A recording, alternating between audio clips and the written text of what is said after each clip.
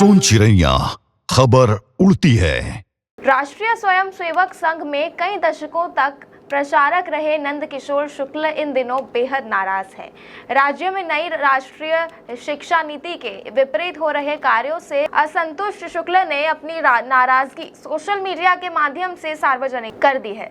उन्होंने चेतावनी दी है कि अगर सरकार ने इस पर समय रहते कोई ठोस कदम नहीं उठाया तो वे सड़क पर उतरकर बड़ा आंदोलन करेंगे। शुक्ल की नाराजगी का मुख्य कारण छत्तीसगढ़ में प्राथमिक कक्षाओं में लागू किया गया दुभाषी फॉर्मूला है, जिसके तहत कक्षा पहली और दूसरी में भाषा विषय को 50% छत्तीसगढ़ 50% हिंदी में पढ़ाया जा रहा है।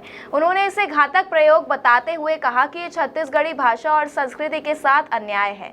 उन्होंने सवाल उठाया कि देश या दुनिया के किसी और हिस्से में क्यों बच्चों को इस तरह दो भाषाओं में मातृभाषा पढ़ाई जाती है।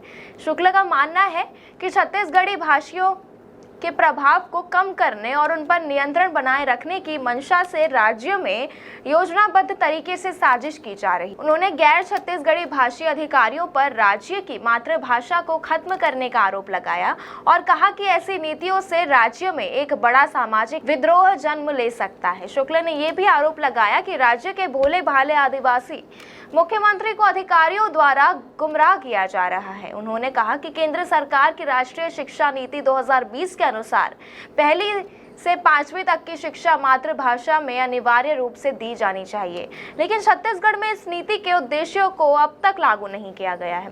नंदकिशोर शुक्ल पिछले 30 वर्षों से छत्तीसगढ़ी भाषा के प्रचार प्रसार और शिक्षण के लिए संघर्ष कर रहे हैं। वे छत्तीसगढ़ी राजभाषा मंच के संरक्षक हैं और उन्होंने 2007 में छत्तीसगढ़ी को राजभाषा का दर्जा दिलाने तथा छत्तीसगढ़ी राजभाषा आयोग के गठन में अहम भूमिका निभाई है। उन्होंने प्रधानमंत्री नरेंद्र मोदी, केंद्रीय शिक्षा मंत्री धर्मेंद्र प्रधान और संघ प्रमुख मोहन भागवत तक इस मुद्दे को पहुंचाने का प्रयास भी किया है। शुक्ल का स्पष्ट कहना है कि यदि मातृभाषा के साथ हो रहे इस छल को नहीं रोका गया तो वे चुप नहीं बैठेंगे और राज्य भर में आंदोलन खड़ा करेंगे।